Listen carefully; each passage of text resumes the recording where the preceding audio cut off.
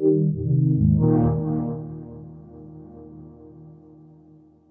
think there's things developers can learn from having worked on things like Kinect, which do use the body? Absolutely. I mean, a lot of those things are very similar.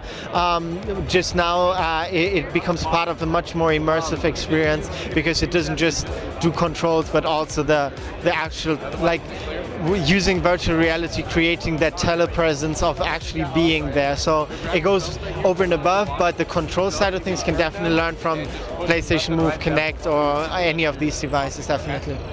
Do you see with video games controllers one day going away completely for VR? I wouldn't necessarily say so. I think for some games yes, for others no.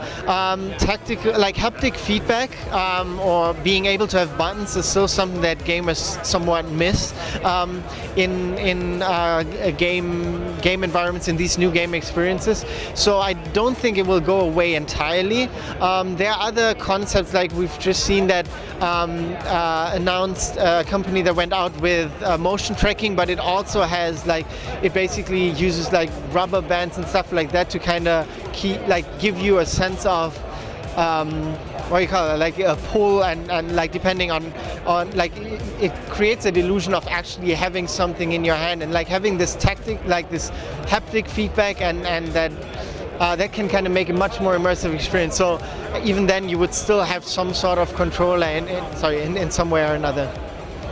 When it comes to these HMD devices, when will developers be able to get their hands on those? So there are already a lot of HMDs that are available for consumers. Our HDK is going to ship in June for $199 US. The beauty of OSVR, however, is that it's hardware agnostic. So the software platform works with any of these HMDs. So if you have a DK2 today, or a Vuzix, or a Seabright Wave, or anything like that, you can already use that to develop for OSVR.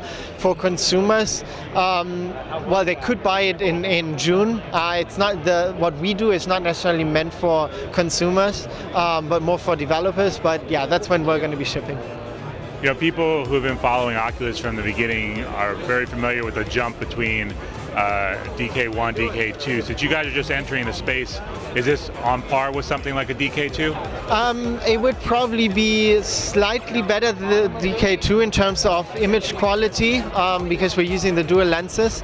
However, right now we don't have positional tracking in there, which is kind of crucial for the full VR experience. We're still working on a positional tracking, but ultimately this is not meant to compete with the DK2 or even the Crescent Bay. It's primarily meant for developers, and because of its modularity, it's also there for hardware developers to kind of show proofs of concept of their own technology. That's kind of the primary reason for the Hacker Development Kit. Ultimately, we're happy for anyone to use a DK2 or any of the other HMDs out there within the OSVR platform. So this will support the Oculus devices? It supports the DK2. We're hoping to support Crescent Bay once we can get our hands on the software as well. But yes.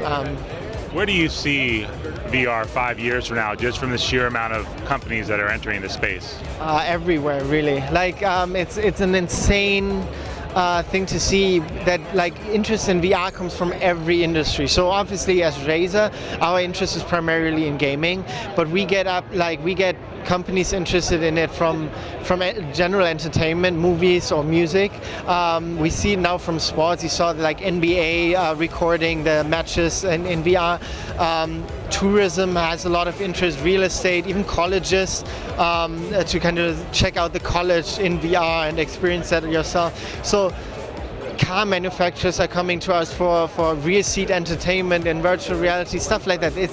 It's everywhere, and every aspect, like, of every possible industry that is like interested in it, and kind of pushing it towards a more consumer-ready space as well.